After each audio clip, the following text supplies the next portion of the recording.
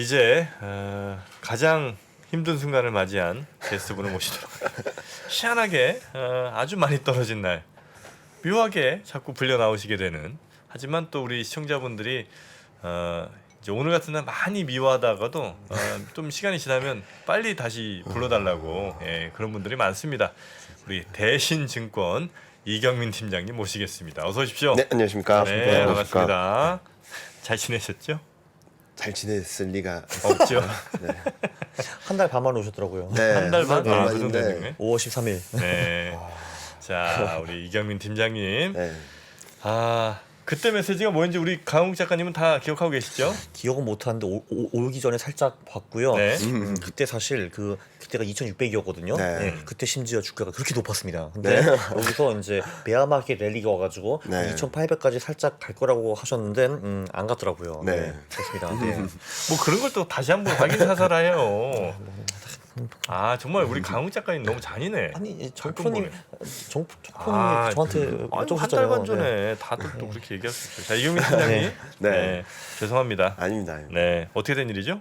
일단은 저희가 생각했던 거는 뭐 2,600선대에서는 좀 사도 되는 구간, 2,500선대에서는 좀 어느 정도 바텀라인이다라고 생각을 했었는데 그거를 뭐 속절없이 밀어냈죠. 네. 그런 상황에서 본다면은 전반적으로 저희가 예상했던 것보다 경기 침체에 대한 걱정들이 좀 컸다라고도 볼 수 있는데 그런데 지난주하고 이번 주 코스피가 2,300선 지지력 테스트하는 데 있어서는 설명하기가 너무 힘들더라고요. 무슨 말씀을 드리냐면 네. 코스피만 유독 많이 빠졌거든요. 다른 나라들보다도. 맞아요. 네. 네.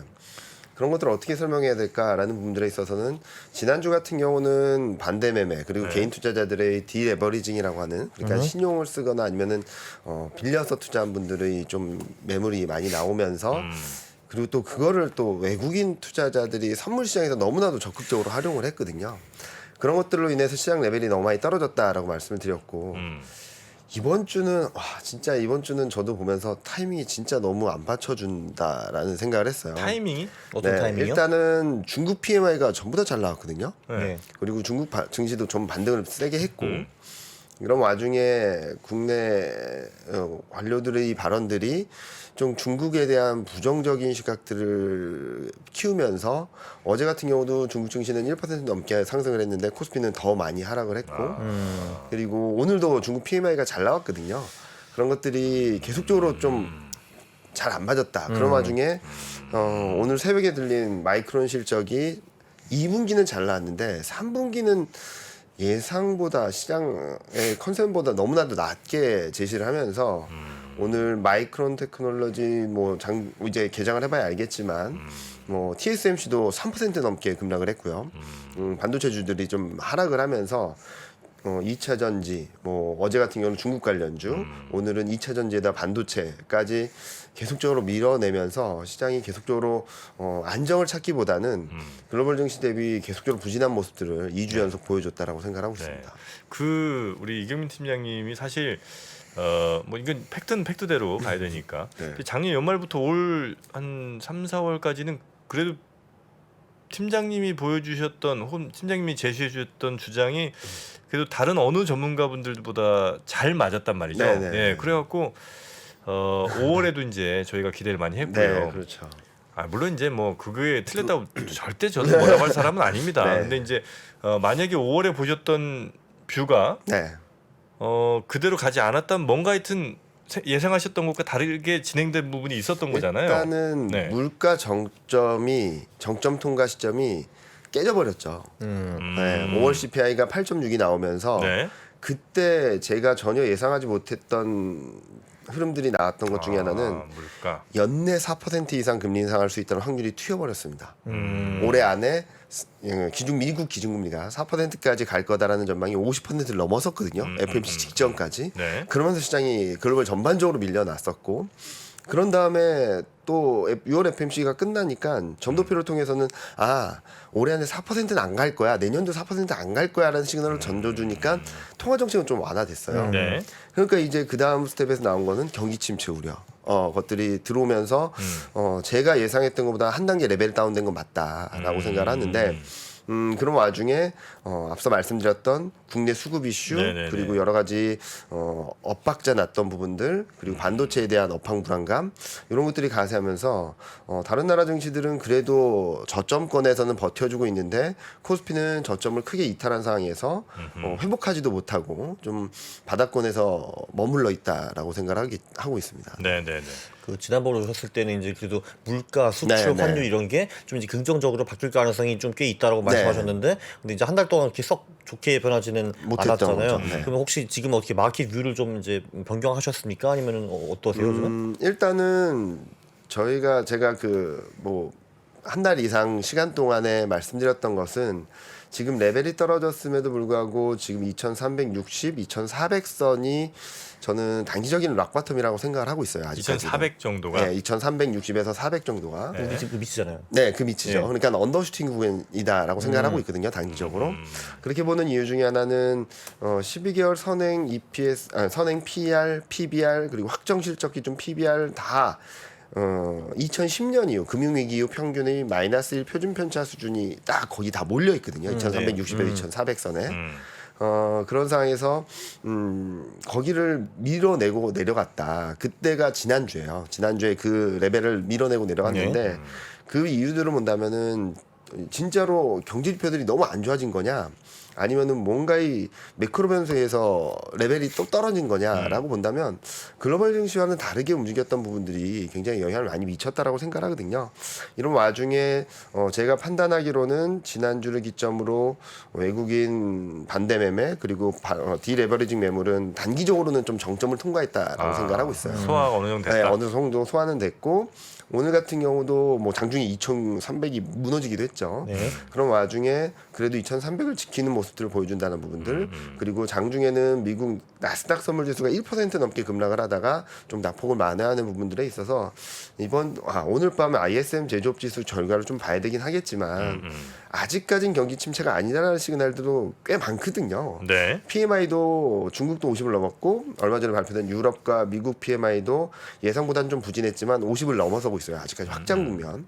그리고 ISM 제조업 지수도 전월 대비 둔화되긴 하겠지만 여전히 59면 50 위에 있고요.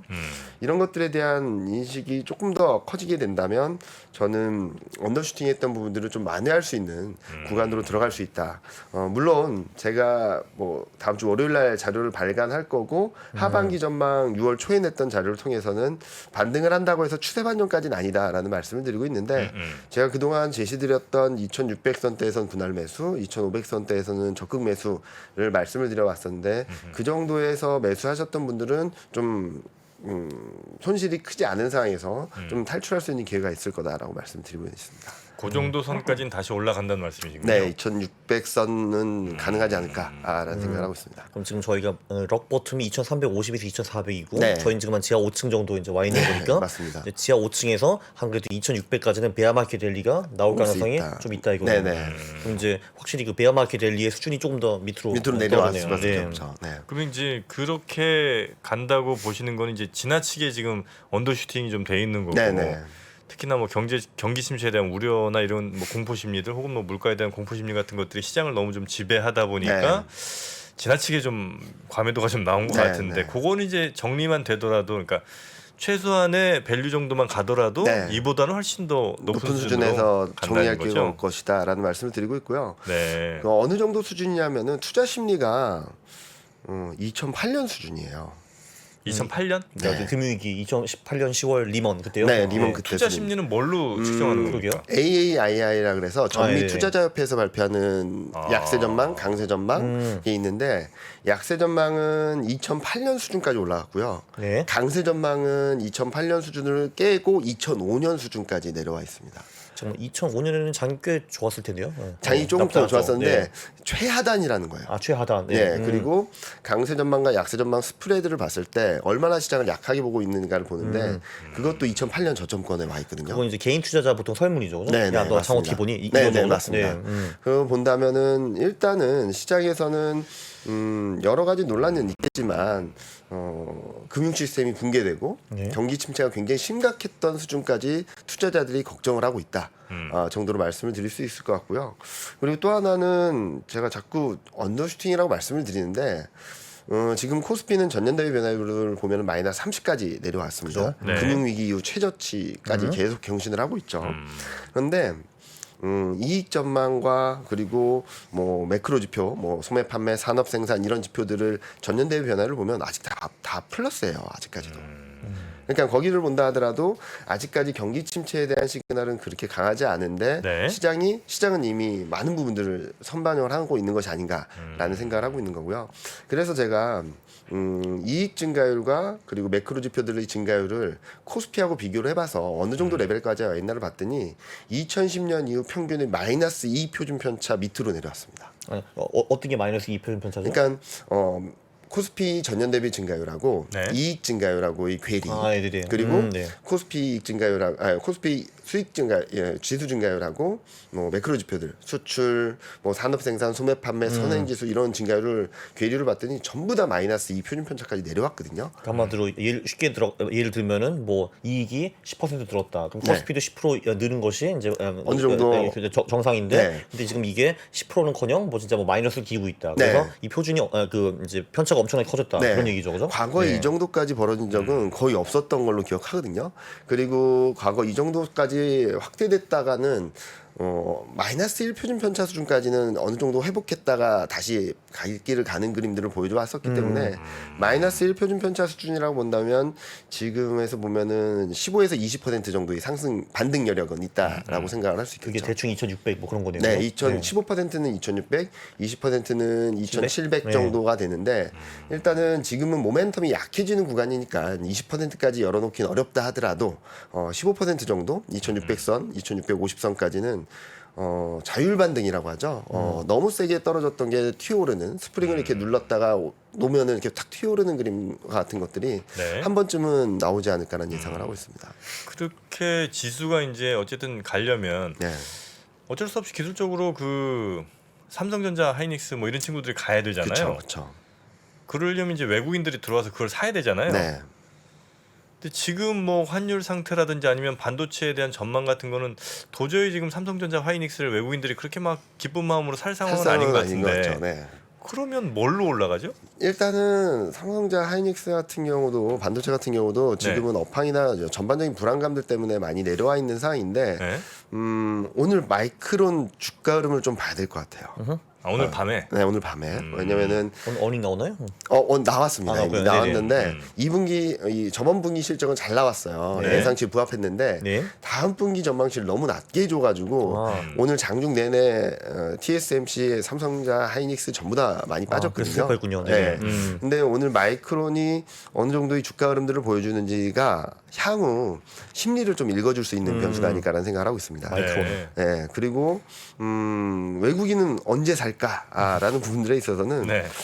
일단은 환율이 좀 안정이 돼야 되겠죠. 그런 부분들에 있어서는 저는 일단 뭐 큰 흐름이긴 하지만 바이든 대통령의 네. 발등에 불이 떨어짐에 따른 여러 가지 행보들이 발등을 부러뜨릴 부러지는 게 아니라 불이 떨어졌다는 거죠. 왜냐면은 바이든 대통령이 최근 막 중동도 간다, 사우디 간다, 그리고 대중국 간세 철회한다, 막 이런 중간 이슈들. 선거가 있으니까. 중간 선거가 있는데 지금 지지율이 38%예요. 네. 안 좋네요. 네, 더 충격적인 거는 가상 대결을 하면 트럼프한테 져요. 네. 그래가지고 지금 네네네. 그런 데이터들이 나오기 시작하면서부터 굉장히 행보가 빨라졌거든요. 그래서 그런 것들이 7월 중순을 가면서 조금씩 구체적인 결론이 나오게 된다면 네. 좀 긍정적으로 보지 않을까. 그러니까 시장이 심리적으로 좀 안정을 찾고 그리고 국내 환율 변수도 좀 진정되지 않을까라는 네. 생각을 하고 있고요. 근데 이 환율은 어쨌든 뭐 우리가 막 낮추고 싶다고 그러니까 우리 원화 강세를 만들고 그쵸, 싶다고 될 수 있는 건 맞습니다. 아니고 아니죠. 예를 들면 이제 엔화라든지 네. 유로 뭐 위안화 뭐 이런 것들이 이제 달러를 눌러줘야 이제 달러가 약해지고 약해지죠. 상대적으로 우리 원화가 강해질 거 아니에요. 네네. 근데 지금 일본은 전혀 엔화를 낮출 생각이 그러니까 엔화를 더 강세로 만들 생각이 없는 것 같고 없는 게 아니라 할 수 없는 상황이 할수 돼버린 것 없는 같아요. 상황이고. 예, 예. 뭐 중국도 돈을 더 푸니까 아마 위안화도 그렇게 강세로 가기 힘들 것 같고 네.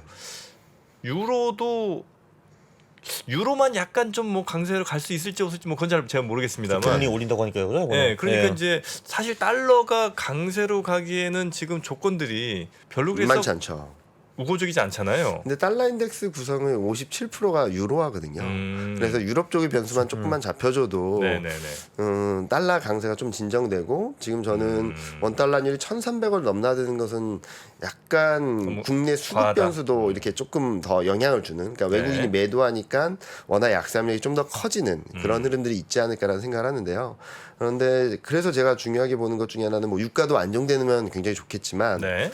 대중국 관세 철회가 저는 또 하나의 포인트가 되지 않을까라는 생각을 하고 있습니다. 대중국 관세 철회. 네, 그러니까 트럼프 대통령 당시 때 부과했던 보복 관세 조치들이 네. 그거를 철회하려고 하고 있어요.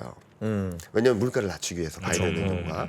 근데 그 전까지는 중국이 여기에 대해서 별말을 안 했는데 네. 지난주에 중국 관료가 관세 철회는 중국, 미국 전 세계 경제에 긍정적인 소식이 될 것이다라는 발언을 했어요. 공식적으로. 그래서 어느 정도 맞춰지는 것이 아닌가라는 생각을 하는데 근데 왜 대중국가에서 철회가 좀 좋은 변수가 될 수 있냐면은 첫 번째로는 미국 물가가 피터슨 경제연구소에 따르면은 미국 물가가 1.3%포인트 정도 떨어질 수 있다라는 전망을 내고 있고요.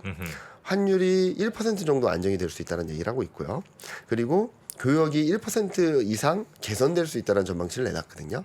그렇게 보면은 그동안 시장을 막 억눌러 왔던 물가 부담, 환율 변동성 확대, 그리고 교역에 대한 불안감들을 좀 일부에 진정시켜 줄 수 있는 변수가 되지 않을까라는 생각을 하고 있어서 저는 7월 중에 이런 결과가 좀 있다면 한번 트리거 포인트가 되지 않을까라는 생각을 하고 있습니다. 그럼 이제 월요일 날 하반기 그 투자 전략 이런 걸 내놓으신다고 하셨는데 네. 뭐 살짝 좀 풀어주셔야죠. 거기 뭐가 들어있는지. 벌써 내기 전에. 내기 전에요? 그럼 아직 잘 몰라요. 아니, 네, 하반기 그럼 맞는 거예요? 전망에서 냈던 내용들을 좀 업데이트하고 하는데 네. 이번에는 뭐 연간 전망을 뭐 바꾼다라는 것보다도 네. 여기서 말씀드리면 또 되게 속상해하실 것 같은데 이번 왜요? 추세적인 하락의 바닥이 어딜까라는 게 첫 번째 주제예요. 롱텀 뷰로서. 네. 그래서 아까도 말씀드렸지만 기술적 반등은 있어도 추세 반전 쉽지 않다라는 네. 말씀드렸던 것처럼 제가 6월 초에 썼던 하반기 전망에서도 그런 것들을 좀 뒷부분에 얘기를 했었거든요. 하반기에 반등이 나오는데 4분기에 좀 꺾일 거다. 그리고선 2023년 1분기 중에 저점을 통과할 거다. 진바닥을 통과할 거다라는 내용을 썼는데 거기 지수에 대해서는 안 썼어요. 그 큰 그림만 이렇게 큰 흐름이 하락 추세인데 워낙 많이 빠진 데 따른 기술적 반등이 있은 뒤에 내년 1분기 중에 진바닥이 나올 거다라는 것들을 했는데 이번에는 아마 밴드를 좀 산출해서 좀 제시드릴 예정이고요.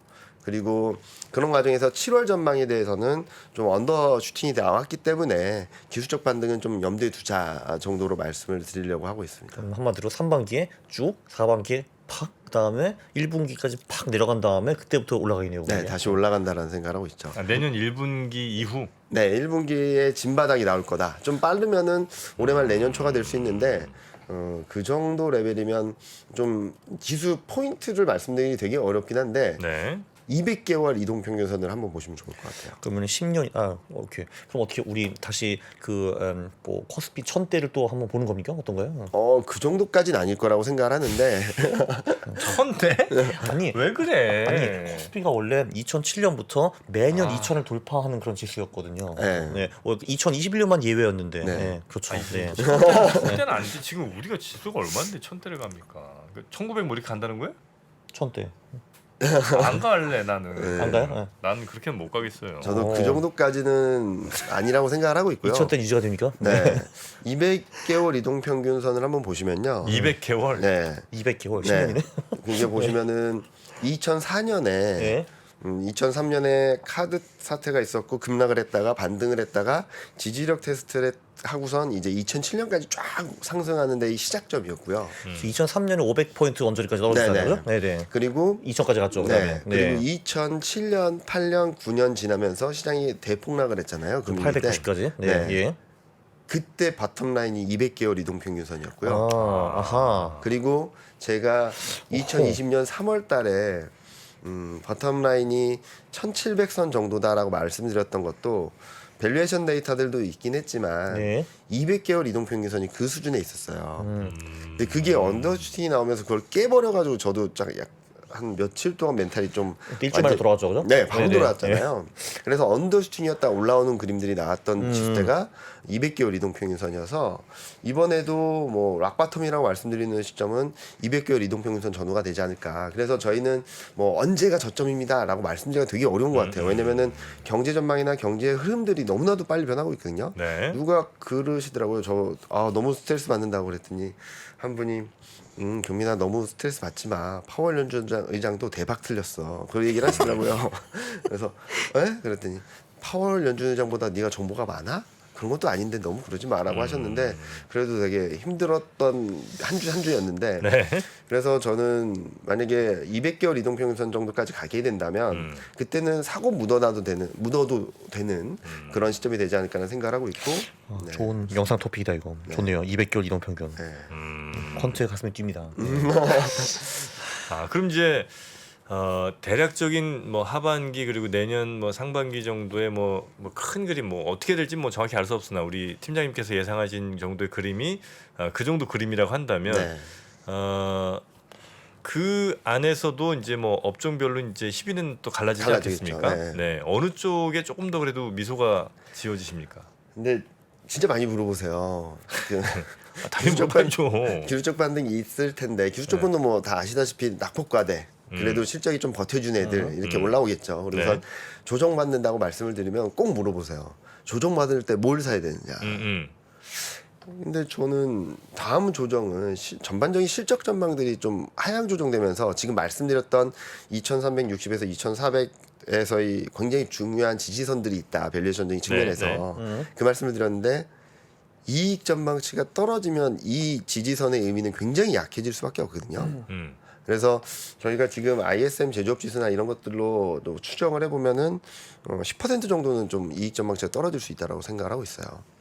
아 네. 지금 이제 우리 뭐 증권사들이 추정하는 이익 이익 전망의 전망치가 10% 정도는 밑으로 내려갈 깔릴 수 수도 있다. 있다. 네. 아. 그렇게 본다면은 뭐 러프하게 계산이 나오겠죠.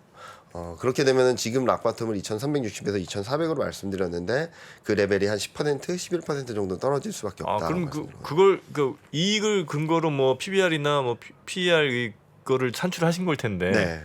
그게 더 밑으로 가겠네요. 그러면. 갈 수밖에 없다라는 거죠. 아. 그래서 지금은 많은 분들이 굉장히 제가 그런 흐름들을 국면으로 판단하는 것 중에 하나는 지금은 역금융 장세라고 생각을 하거든요. 아직까지는. 네. 왜냐하면 실적 전망은 좀 최근 반도체 때문에 좀 흔들리긴 했지만 실적 전망은 아직까지 계속적으로 올라가고 있었어요. 그리고 금리도 올라갔었고 최근 좀 꺾이긴 했지만 그런 것들의 특징이 역금융 장세고 그 다음에 나오는 게 역실적 장세예요.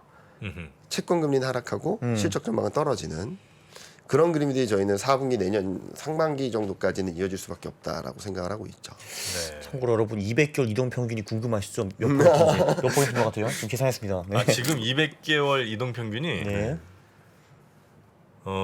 2,100 아니요. 얼마예요? 2005.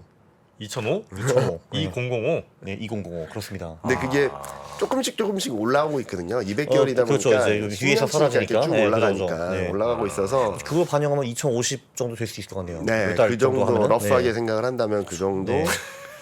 라고는 생각을 하는데 2,000. 근데 저는 뭐 죄송스러운 말씀이기도 하지만 그런 그림들이 나오는 상황에서 지금 상황에서 어떻게 대응해야 될까에 대해서 되게 고민을 많이 하고 있어요. 그러니까 제가 제시드렸던 전략이 2,600, 2,500에서 사자는 전략이었는데 이걸 어떻게 하면은 빨리 나올 수 있을까, 나올 수 있는 확률이 얼마나 될까라고 봤을 때는 저 아직까지는 그 탈출할 수 있는 확률, 최대한 뭐 수익을 극대화하지는 어렵다 하더라도 최대한 손실을 적게 하면서 나올 수 있는 확률은 좀 아직까지 높다라는 말씀을 드리는 부분이고요. 근데 2,600 정도 많이 오면 네, 탈출하는 게 맞아요? 네, 저는 그렇다라고 생각하고 있습니다. 3,000 가고 이러면 도저히 안 나오는 그림이. 자 그러면은 그렇게도 물어보시는 분이 계세요. 제가 세미나를 다니면서 개인 고객들을 만났을 때 어떤 분이 그러시더라고요. 저는 현금 비중이 좀 많아요. 이제부터 주식 투자를 하고 싶어요라고 네. 하시는 분이 계시더라고요. 그래서 그럼 그분이 반도체를 사셨는데 네. 지금 막 더 떨어진다고 하시니까 팔아야 되냐고 물어보시는 거예요. 네. 그래서 지금 팔 실익은 없다. 근데 현금 비중이 그렇게 많으시면은 오히려 지금부터 살 생각을 해야 될 지수대에 가까워진 건 맞는 것 같다. 그러면은 2,300이 깨지면은 뭐 20%, 70%가 현금이라고 하시니까 더 2,200이 깨지면은 뭐 20%, 2,100이 깨지면은 뭐 30% 이렇게 사놓으시고 그냥 1년, 2년 묵혀놓으시면 상상하신 것 이상으로 수익이 많이 나실 것 같다는 말씀을 드렸거든요. 근데 또 그러면은 또 질문을 하시죠. 이미 나는 주식이 풀이다. 어떻게 해야 되냐? 네. 그러면은 일단은 저는 손절이라도 해서 20-30% 제가 작년 10월에도 비슷한 얘기를 드렸던 것 같아요. 그래서 좀 어느 정도 비중 현금 비중을 확대해야 갖고 있어야지 다음번에 진짜 바닥이 나오든지 아니면은 턴어라운드 하든지 하는 상황에서 적극적으로 투자를 해서 반전의 기회, 역전의 기회를 만들 수 있을 것 같다라는 말씀을 드리고 있습니다. 내년 3천 갈 겁니다. 네, 내년 3천 가요. 내년? 네네. 내년 가? 네, 갈 겁니다. 그래요? 상당히 높은 확률로. 네. 아, 고맙습니다. 저도 비슷하게 생각하고 있습니다. 내년에? 네. 내년 좋아요. 네. 아, 내년 초반에 그럼 좀 훅 떨어졌다가 네. 쭉 올라가는 그러니까 거리. 말씀드리는 게 제가 자꾸 역전의 기회, 역전의 발판을 마련하자. 그러기 위해서는 현금을 갖고 있어야 된다는 말씀드리는 것 중에 하나는 뭐 이번에 하락이 마무리되면 저는 2021년 6월부터 시작된 뭐 말도 안 되는 긴 기간 동안의 조정이 끝난다라고 생각하거든요. 그러면은 큰 반전이 있을 거다라고 생각하고 있습니다. 아, 지금 뭐 이게 듣는 분들이 약간 좀 헷갈리시는 것 같아요. 그쵸. 사라는 거야, 뭐 팔라는 거야, 뭐 어떻게 뭐 홀딩하라는 뭐야 이게. 지금 우리 저 팀장님 말씀은 지금 수준이면 꽤 밸류로 봤을 때는 아주 낮은 네. 역대급으로 낮은 상황이니까 지금부터는 어느 정도 좀 들어가셔도 뭐 나쁘지 않은 상황인 것 같고, 만약에 2,600대, 2,500대쯤에 많이 들어가신 분들이 계시다면 기다리자. 다시 좀 기다리셨다 2,500쯤에 왔을 때 한번 탈출할 수 있는 기회는 줄 것이다. 네. 예, 단기적으로 네네. 요 정도 이제 갈 수 있다는 말씀이시고, 그 대신 내년 한 1월 올 연말 이때쯤에는 꽤 어려운 네. 시황이 한번 올 것 같다. 네. 그죠? 그 다음에가 오히려 진짜 기회는 아마 네. 열릴 것 같다. 네네, 맞습니다. 이런 정도가 아마 큰 흐름인 것 같습니다. 정확하게 그쵸. 이렇게 한 문장으로. 그렇죠. 3분기 조금 기술적 반등. 반등을 한다. 네. 4분기, 1분기 아이고 그 다음에 이제 1분기부터 내년에 쭉 올라간다. 네. 이런 거죠 뭐. 네. 네. 자, 그러면 지그, 제그, 그러니까 제그. 뭐, 네, 그죠. 네. 약간 반등할 때, 그리고 하락 한번 쭉 올 때, 그다음에 다음에 쭉 갈 때, 사실 그 다음에 쭉 갈 때까지 우리가 뭐 생각하지 마시죠. 말고. 예, 그건 뭐 네. 그때까지. 일단은 예. 어떻게 잘 지키느냐. 네, 그리고 집중을 이제 하시죠. 지금부터 살짝 올라갈 때, 요때 올라갈 때는 뭐 어떤 친구들이 주로 올라갈지. 낙폭과대주면서도 실적 대비 많이 빠진 업종, 뭐 이익 모멘텀, 뭐 이런 것들을 다 따져서 스코어링을 해서 점수해보면 네. 콘트다. 네. 퀀트, 제 퀀트하는 네, 친구가 네, 해보면은 예. 1위가 미디어 교육, 예? 미디어 교육. 미디어 교육? 그러니까 미디어는 알겠는데 교육, 미디어 앤드 교육이죠. 아, 네. 네네. 근데 미디어 교육을 하면은 거기에 뭐 엔터사도 있고 아. 교육 기업도 있고 최근 교육 기업들이 막 폭락을 하고 막 그랬었잖아요. 그런 얘기. 얘기를 안 할 거야. 네. 그리고 두 번째는 인터넷 소프트웨어 쪽이고요. 그리고 인터넷? 네. 네이버 뭐 카카오요? 네, 네, 그런 것들. 그리고 3등이 반도체예요. 반도체. 반도체. 네. 그리고 4등, 뭐 5등 하는 애들 보면은 전반적으로 2차 전지. 네. 그런 업종들이 최상위권에 있고 종목별로 하면은 제가 지금 말씀드렸던 인터넷, 반도체, 2차 전지 이 업종들이 탑 10 안에 많이 들어가 있어요. 대표주들이. 그래서 제가 처음에 그 친구가 가져왔을 때 이거 제대로 한 거 맞냐고, 이렇게 나오는 게 맞냐고 했거든요. 그랬더니 맞다고 몇 번 돌려봤다고 자기도 의심스러워서. 왜냐면 1, 2, 3, 4등이 여러분들이 다 아시는 종목들이 다 들어가 있어요. S전자 이런 것들이요. 네, 네네. 네. 이거 막 계속 돌려보셨군요. 네, 계속 돌리죠. 요즘은 왜냐면은 저도 기술적 반등을 기대를 하면서 예상을 하면서 지금 너무 과도한데 하지만 그래도 뭔가를 보여드려야 되니까 그것들 업데이트하고 있는데 그런 것들이 나와서 저는 그래가지고 그때도 나와서 말씀드렸던 거는 좀 사신다면 반도체, 자동차, 2차전지, 인터넷을 말씀을 드렸었는데 네. 탈출 기회가 있다라고 말씀드린 것도 걔네들이 많이 빠진 만큼 반등 국면에서 조금은 좀 플러스 알파를 낼 수 있으니까 기회가 올 거다라는 말씀을 드리는 거고요. 그러면은 이제 또 물어보시겠죠. 4분기 뭐 꺾인다며 시장 안 좋다며 그러면 뭘 사야 돼라고 하시면은 펀드 매니저 분들한테는 말씀을 드려요. 통신하고 음식료로 사라. 통신 음식료? 네, 아, 전통적인 방어주라고 할 수 있겠죠. 디펜시브 스톡이네요. 네네. 네네. 근데 통신 같은 경우는 배당도 꽤 주고요.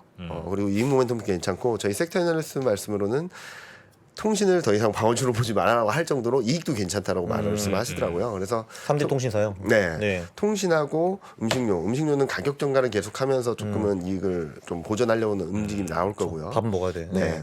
그러니까 요 두 개의 업종을 말씀을 드리는데 이거를 펀드 매니저들한테만 말씀을 드리고 개인 투자자분들한테는 아니라고 말씀을 드려요. 왜요? 덜 빠진다는 거지. 아시잖아요. 그죠? 그쵸. 방어주라는 성격이 그런 의미잖아요. 그렇죠. 주식이 그러니까 시장이 20% 빠질 때 얘네들 10% 빠진다. 그거잖아요. 네, 그렇죠. 네. 그래서 펀드 매니저분들한테는 굉장히 유용한 전략이 될 수 있는데 개인 투자자분들한테는 저는 달러하고 채권 사자. 달러와 채권. 네, 장기채, 중기채 어떻게 좋습니까? 전 장기채가 좀 더 낫다고 아니, 생각합니다. 달러면 데레이션 때문에. 예. 지금 1,300원이잖아요. 네, 이거보다 더 그러니까 지금 말씀드리는 건 기술적 반응이 나온다면 네. 원달러 환율은 저희는 1,250원대 그 밑으로 그때쯤 살짝 갈 갈 것 거다. 같아요. 그러면은 그때 사시면은 1,300원 이상에서 정리할 기회가 있을 거고 그리고 또 하나 채권 금리 같은 경우는 뭐 국내 채권이 뭐 미국 채권은 지금 이미 막 3%를 10년물 같은 게 3% 깨려고 하고 있고 네. 국내 채권은 지금 7월 금통일 앞두고선 고공행진 아직까지 버티고 있어요. 그런 것들을 본다면은 등락은 있다 하더라도 지금 레벨보다 좀 낮아질 수 있는 환경이 내년 1분기 상반기 중에는 분명히 올 것이다라고 생각하고 있습니다. 그리고 좀 빠른 예측이긴 하지만 저희는 내년 상반기 중에 금리 인상을 더 이상 못한다라고 생각하거든요. 내년 상반기 중에. 네, 그리고 금리 인하 가능성도 열려 있다라고 생각하고 있습니다. 그럼 뭐 그때 이제 10년 국채 수익률이 뭐 3.5% 언저리 하면은 그때부터 쭉쭉 다시 내려올 수 있다는 거네요. 그죠? 네. 근데 저희는 지금 3.5도 못 갈 것 같아요. 예. 네, 당분간은. 그럼 지금 채권을 사도 괜찮겠네요. 저는 채권 같은 경우는 똑같이 물어보세요. 그러면 네. 달러는 그렇게 사고 채권은 지금부터 사도 되냐? 네. 근데 지금은 통화 정책에 대해서 환율에 대해서 네. 유가에 대해서 왔다 갔다는 많이 해요. 네. 그래서 채권 같은 경우는 지금 사셔도 되는데 조금 나눠서 사자 정도로 말씀을 드리고 있고요. 그래서 현금 비중이 있으신 분들 또는 지금은 좀 불안하신 분들은 그렇게 어떤 종목을 찾기보다는 자산 시장에 투자한다는 생각을 하신다면 조금 더 유리하지 않을까라는 생각을 하고 있습니다. 그래서 저도 요즘 많이 다니면서 말씀드리는 거는 너무 종목 시장이 떨어질 때도 뭐가 좋을까라고 한다면 확률은 굉장히 떨어지거든요. 좋은 종목은 있겠지만 그래서 좀 자산 시장에 대한 투자처 예를 들어서 뭐 ETF라든지 아니면 네. 펀드라든지 이런 쪽의 투자처를 좀 찾아보신다면 충분히 수익을 낼 수 있는 자산들이 이번에 있을 것이다라고 말씀드리고 있습니다. 바이오는 별로일까요? 저희가 이번에도 그런 얘기를 했었어요. 네. 금리가 떨어지면은 먼저 움직일 게 뭐냐. 바이오. 네. 최근 머크나 뭐 이런 해외 기업들은 좀 잘 나가고 있어요. 네, 근데 네. 저희 섹터 애널리스트 말로는 그쪽은 지금 이익 모멘텀 굉장히 괜찮은데 네. 국내 기업들 중에서 일부 제약 업체들, 대형주들은 그래도 이익이 괜찮지만 바이오텍은 지금 좀 실적에 대한 불안감들이 굉장히 크다라는 얘기를 하고 있어서 좀 담아 가신다면 아니면 좀 기대를 하신다면 큰 대형 제약사들을 보는 게 맞지 지금 바이오 쪽은 좀 쉽지 않다라는 얘기를 드리고 있습니다. 아, 좋습니다. 그래서 제약 바이오로 묻기보다는 대형 제약 업체들 그런 쪽들은 좀 관심 있어 보자라고 생각을 합니다. 실적이 없다 이거죠 한마디로. 네, 그래서 업종 자체로 보면은 제약 바이오는 마이너스 성장이에요. 올해. 네, 그래서 저희가 업종 자체로 추천을 드리긴 좀 어렵고 그 안에서 좀 잘 아시는 분들이라면 종목을 잘 피킹을 하신다면 기회는 있겠지만 조금 짧게 보자라는 말씀을 드리고 싶습니다. 네, 그러면 지금 그 최근에 한국, 미국 아주 사이좋게 다 같이 하락을 했는데 네. 뭐 한국 대 미국 어디가 더 좋다고 보세요? 지금 사이클에서요. 아니면은 네, 뭐 그렇죠 지금. 네. 단기적으로는 한국. 저는 한국이 조금 낫다라고 생각하죠. 말씀하셨듯이 미국은 전저점을 지키고 있어요 아직까지. 네. 네, 근데 코스피는 전저점을 깨고 이렇게 내려왔잖아요. 네. 그러면 스프링이 이렇게 눌렸다가 튀는 거랑 이렇게 눌렸다가 튀는 거랑 그림 자체가 조금 달라질 수 있어서 저는 지금은 미국보다는 좀 한국이 낫지 않나라는 말씀을 드리고 있고요. 많은 분들이 반대 매매나 이런 것들을 말씀을 하시는데 하나의 팁을 드린다면 옵션 포지션을 한번 보시면 좋을 것 같아요. 옵션 포지션? 네. 네. 거기서 뭘 보면 되나요? 아 이거 오픈 인트레스트 그런 거요? 아니요. 저는 풀옵션입니다 항상. 아니 그게 아니라 옵션 하나 말씀이 아니라 그 외국인하고 기관들 이렇게 매매 포지션 구간을 보여주는 그래프들이 있을 거예요. 네. 증권사 HTS마다 네. 지금 외국인은 현물은 팔고 뭐 그러고 있지만 계속 콜옵션을 사고 있어요. 아, 그러니까 이제 그 콜풋 레이쇼를 보시라는 건가요? 네, 콜풋 레이쇼와 그 구간별로 얼마나 샀나가 나오는 게 있어요. 네. 그래서 수익 구간 나오는 그래프들도 있거든요. 증권사마다. 그걸 한번 보시면은 외국인이 지난번 쿼드루플 리칭 된 이후 어떤 포지션을 구축하고 있는지를 보실 수 있어요. 전반적으로 점진적으로 이렇게 좀 위쪽으로 방향성을 만들어가고 있다라는 것들을 좀 짐작하실 수 있을 것 같습니다. 오케이. 그래서 외국인들이 지금 콜옵션을 많이 사고 있어요. 사고 있다고요? 네. 정 프로님도 옵션 하시는 저요? 네. 저는 옵션을 장착을 했지 사.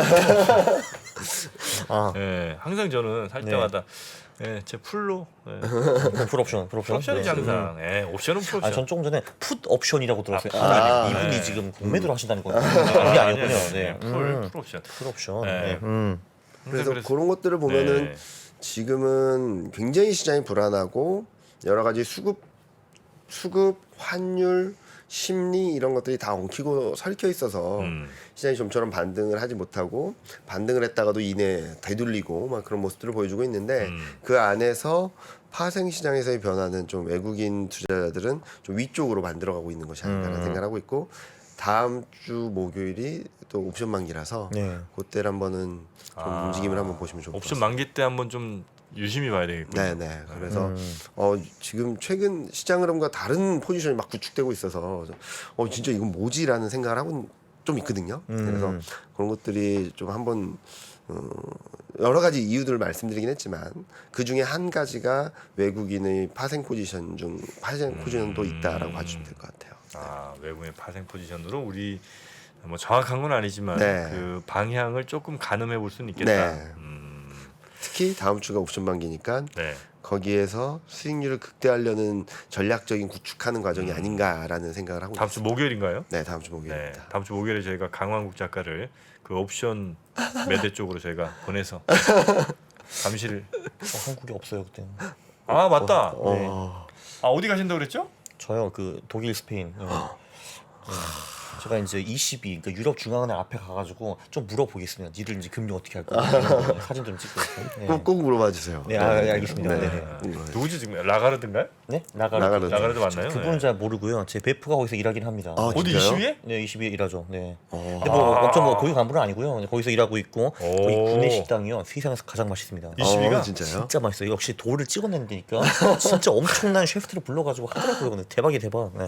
진짜 싸요 진짜? 그리고. 네, 진짜 맛있어요. 네. 거기 가서 먹을 수 있는 거예요? 강원국? 뭐 그러니까 친구 비벼서 가야죠 당연히. 네. 그러니까 제가 그냥은 못 가요 거기. 그러니까 친구랑 같이 가면 먹을 수 있는 거예요? 네. 아, 이 우리 저 강왕국 작가 대단한 사람입니다. 그러니까요. 100g에 1유로예요 그리고 이게. 100 그람당 받아요? 네, 제가 이제 가면 보통 1kg 정도 먹잖아요, 근데 그러면 이제 그게 10유로인데 대박이 대박, 진짜 맛있어. 스테이크를 막 거기서 라이브를 구해주는데 너무 맛있어 그게. 뭐 잡채 같은 것도 있어요? 파스타는 있습니다. 네, 잡채는 이제 20에서 기대하기는 어렵고요. 네. 아, 뷔페 가면 항상 잡채랑 김치. 아니 근데 거기 파스타 맛있어요, 근데. 네. 아, 그래? 네, 아, 22는 어디 있어요? 22는 프랑크푸르트에 있습니다. 프랑크푸르트. 네, 거기 사무실 빌딩 4개를 쓰고 있는데 오. 이제 새로 멋진 건물을 만들어가지고 본사를 옮겼고 이제 사이드 건물이 또 3개가 시내에 이렇게 있죠. 역시 독일파입니다. 예. 그래서 22 밑에서 이제 술을 딱 먹은 다음에 벤치에 누워가지고 그 22를 딱 이렇게 보잖아요. 근데 그럼 네. 기분이 되게 좋아요. 좋습니다, 그게. 그럼 우리가 이제 20에 출장을 좀 보내놓고 네. 다음 주하고 다다음 주 정도까지 파악을 해보고 네, 오겠습니다. 파악을 해보고 네네. 하여튼 정확하게 파악하고 오세요. 지금 유로가 어떻게 되는지가 우리 달러 인덱스에 매우 맞습니다. 영향을 많이 줍니다. 그쵸. 친구 보고 시켜야 나가도 물어보라고 빨리 가서. 하여튼 저희가 정보원들이 뭐 좋아서 하여튼 전 세계적으로 네, 다음 주 목요일에 있을 옵션 만기. 옵션 만기. 예, 그때 과연 어떻게 외국인들이 움직이는지. 네. 예. 그거는 HTS에 보면 나오죠? HTS에 파생 가셔가지고 포지션 추정 매매 뭐 그런 것들이 있어요. 그런 것들 증권사마다 조금 다르긴 한데 네. 그걸 보시면 외국인 한 기간 동안 포지션이 어떻게 구축돼 있는지 손익 구간이 어디인지 이런 것들이 좀 그림으로 네. 나오니까 그런 거 한번 보시면 좋을 것 같습니다. 네, 참고로 우리 강 작가님이 60억의 사나이입니다. 좀 갑자기 뜬금없이 자산 60억. 뜬금없이 금융자산만. 금융자산만입니다. 이 중요합니다. 아시겠죠? 돈이 없잖아요. 없잖아요. 금융자산만 60억인데 금융자산만 있어요. 그렇죠. 자산은 없어요. 한 자산이 없어요. 네. 네. 자, 우리 이경민 팀장님과 함께 오늘 7월 그리고 한 하반기 정도의 우리 투자의 그림을 한번 살짝 네. 좀 그려봤는데 사실 뭐 미래를 얘기한다는 게 뭐 과거를 분석하는 거야 얼마든지 가능한 그렇죠. 일이겠습니다만 미래를 얘기하는 거야 정말 힘든 일이고 참 리스크하죠. 왜 사람들이 또 뭐 틀리면 이런 얘기 많이 하는데 그럼에도 불구하고 어쨌든 우리는 미래에 어떤 선택을 할 것인지에 대한 그래도 생각은 갖고 가야 되기 네. 때문에 이렇게 우리 전략을 다루시는 혹은 뭐 이렇게 경험이 많으신 우리 이경민 팀장님 같은 분을 모시고 또 한번 이야기를 들어봤고요. 팀장님 말씀 잘 저희가 파악해서 한번 결정을 내려보도록 하겠습니다. 알겠습니다. 네. 팀장님은 뭐 주말에 어디 좀 가세요? 주말에요? 네. 일해야 되는데요. 주말에 참 보고 아이고, 쓰셔야 아이고. 되네요. 네, 더 자료 써야 되고. 오를 내셔야 되는군요. 네, 내야 되기도 하고 최근 시장이 너무 어렵다 보니까 거의 주 단위로 연간 전망, 하반기 전망을 계속 리밸런싱하고 계속 확인하고 데이터들 업데이트하고 그리고 또 가격 변수가 너무 급격하게 변해서 맞습니다. 네네. 업데이트하다 보면은 수치도 계속 바뀌네요. 예, 그래가지고 토요일 일요일이 다 가고 뭐 아이랑 놀긴 하는데 최대한 아이와 놀 시간은 확보하면서 하려고 좀 새벽에 출근해서 빨리 일을 마치고 하죠. 아이도 주식을 합니까? 아직 9살밖에 안 돼가지고 시작할 때 되네요. 네. 뛰어놀기 바쁩니다. 네. 자, 우리 또 아이와 즐거운 주말 보내시기 바라면서 오늘은 우리 이경민 팀장님 여기서 보내드리고요. 언제 또 모시면 될까요? 지금 이제 한 달 반 만에 모신 거니까 또 대략 그 정도 후에. 그러면 8월? 8월. 네. 그때는 어떤 표정으로 오실지 그때 울면서 제발 그만 좀 이렇게 될지 아니면 당당하게 어깨 쫙 펴면서 오실지. 제가 그때 말씀드렸지 않습니까? 하고 왔으면 좋겠어요. 그러니까요. 진짜. 네, 저도 그렇게 바라면서. 네, 저도 그거 같습니다. 만약에 그때 많이 틀리면 제가 의자에 뭐 좀 박아놓도록 하겠습니다. 자, 오늘 함께해 주신 대신증권 이경민 팀장님 대단히 감사하고요. 대신증권 자랑 잠깐 하겠습니다. 최근 뭐 60주년 돼가지고요. 많은 행사도 하고 뭐 그러고 있는데 앞으로 더 멋지게 성장하고 저도 그렇지만 많은 직원들이 고객들하고 좀 더 호흡하고 소통하고 있으니까 네. 힘들 때 더 찾고 더 같이 호흡하는 증권사가 되도록 하겠습니다. 네. 대신증권 60주년 행사에 에일리가 오셨죠? 맞습니다. 네, 축하 공연 아주 멋있었다고 들었습니다. 근데 60년 전이면 1962년인데 네. 그때 증권시장이 있었어요, 한국에? 네. 오. 대신증권이에요. 아니, 우리나라 아니 근데 증권이 있어야지 증권사가 있는 거잖아요. 그게. 그렇죠. 그때는 네. 뭐 전산이나 그런 게 없이 네. 손으로 막 했죠. 이렇게. 네. 네. 삼성전자 네개 줘 이렇게. 네네네네, 이렇게 맞습니다. 네. 막그 거짓 가라로 쓰는 사람도 많고. 네. 그렇죠. 실제로 종이로 막 증권을 받고 이런 네. 거죠. 낭만적인 시대. 네. 우리나라 정말 대신증권, 뭐 고려증권 이런 데가 이제 거의 초창기 그렇지 않습니까? 네, 그래서 네. 거의 유일하게 남은 증권사 중에 대신입니다. 하나다라고 볼 수 있겠죠. 옛날엔 진짜 큰 손들이 주식을 사면은 증권사 직원 여러 명이 보따리 들고 갔다고 하더라고요. 네. 진짜 갖다 주고 이렇게. 이렇게 들고. 네, 어르신 현대차 왔습니다 이렇게 네. 그래 금고에 갖다 놔 이렇게 했다고 네. 하더라고요 진짜. 그래요? 네. 네. 자, 우리 이경민 팀장님 감사하고요. 주말 잘 보내시고 네. 다음 달쯤에 한번 또 뵙겠습니다. 알겠습니다. 고맙습니다. 감사합니다. 네, 고맙습니다. 미국, 중국, 러시아 이런 나라들의 움직임에 대해서는 관심이 어느 정도 생겼는데 거기에서 우리는 과연 뭘까? 우리는 체스판의 말이 아니다라는 생각을 좀 해야 좋겠어요. 어떻게 생각하세요? 우리 편 누굴까를 좀 더 고민할 수 있지 않을까 싶어요. 뒤집어 질문을 해보면 그러면 아시아에는 우리 친구가 있을까요? 제가 지구본 연구소 진행하면서 사실은 되게 마음에 걸리는 이만한 짐이 하나 있어요. 우리 옆에 있는 동남아를 내가 모른다. 우리가 처해 있는 아시아라는 지역을 자꾸 방관하고 유럽이나 미국의 어떤 시각에 맞춰가지고 그런 이제 개별적인 지식 이런 것들이 묶여가지고 큰 흐름들을 만들어내는 이야기, 그런 경험.